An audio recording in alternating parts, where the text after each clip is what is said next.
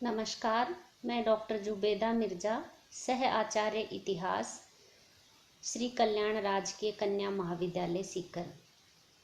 आज का हमारा टॉपिक है व्यपगत का सिद्धांत। व्यपगत का सिद्धांत एक साम्राज्यवाद समर्थक उपागम था जिसका उद्देश्य भारत में ब्रिटिश राज्य क्षेत्र का विस्तार करना था। इस सिद्धांत का प्रारंभ लॉर्ड डलहौजी द्वारा किया गया था। इस सिद्धांत के अनुसार वे राज्य जिनका कोई उत्तराधिकारी नहीं था अपने शासन करने के अधिकार खो देते थे। साथ ही उत्तराधिकारी को गोद लेने पर भी उनके राज्य वापस नहीं किए जाते थे।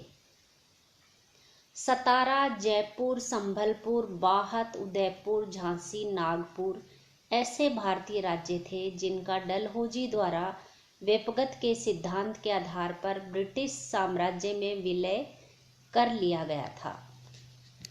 1818 ईस्वी से पूर्व ईस्ट इंडिया कंपनी की नीतियां और गतिविधियां व्यापारिक थी, न कि एक संप्रभु शासक की।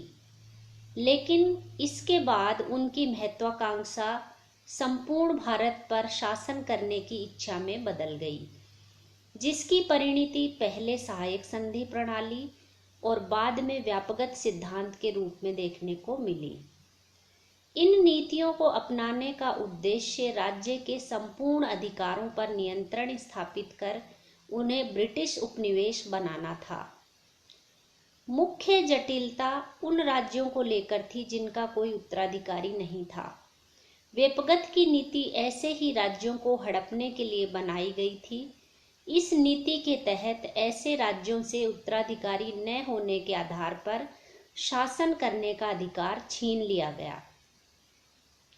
डलहौजी द्वारा व्यपगत के सिद्धांत के आधार पर निम्नलिखित राज्यों का ब्रिटिश साम्राज्य में विलय कर लिया गया था, जिनमें थे सतारा को 1848 में, जयपुर 1849 में, संभलपुर 1849 में, बाहत 1850 ईस्वी में, उदयपुर 1852 ईस्वी में, झांसी 1853 ईस्वी में, नागपुर 1854 ईस्वी में ब्रिटिश साम्राज्य में सम्मिलित कर लिया गया।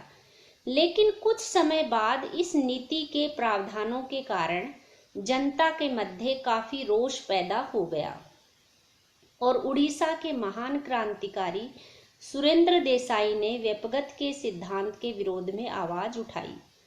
आगे चलकर इसी रोष ने 1857 ईस्वी के विद्रोह का आधार तैयार किया।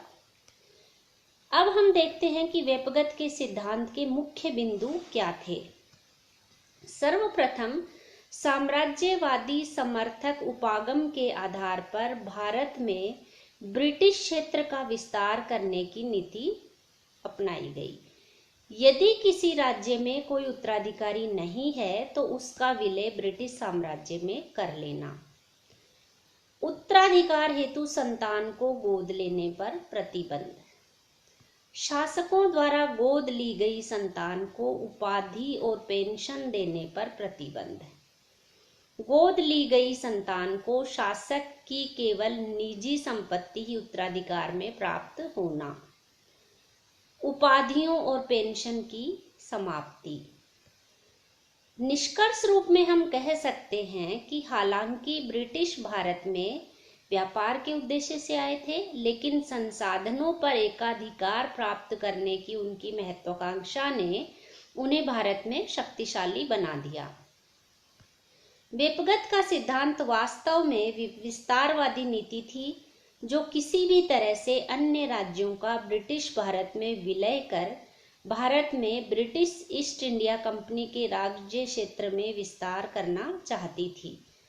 इस नीति का प्रारंभ डलहौजी द्वारा किया गया था ताकि अन्य राज्यों को अपना उपनिवेश बनाने की शक्ति ईस्ट इंडिया कंपनी को प्रदान की जा सके और कंपनी के राजस्व में भी वृद्धि हो सके।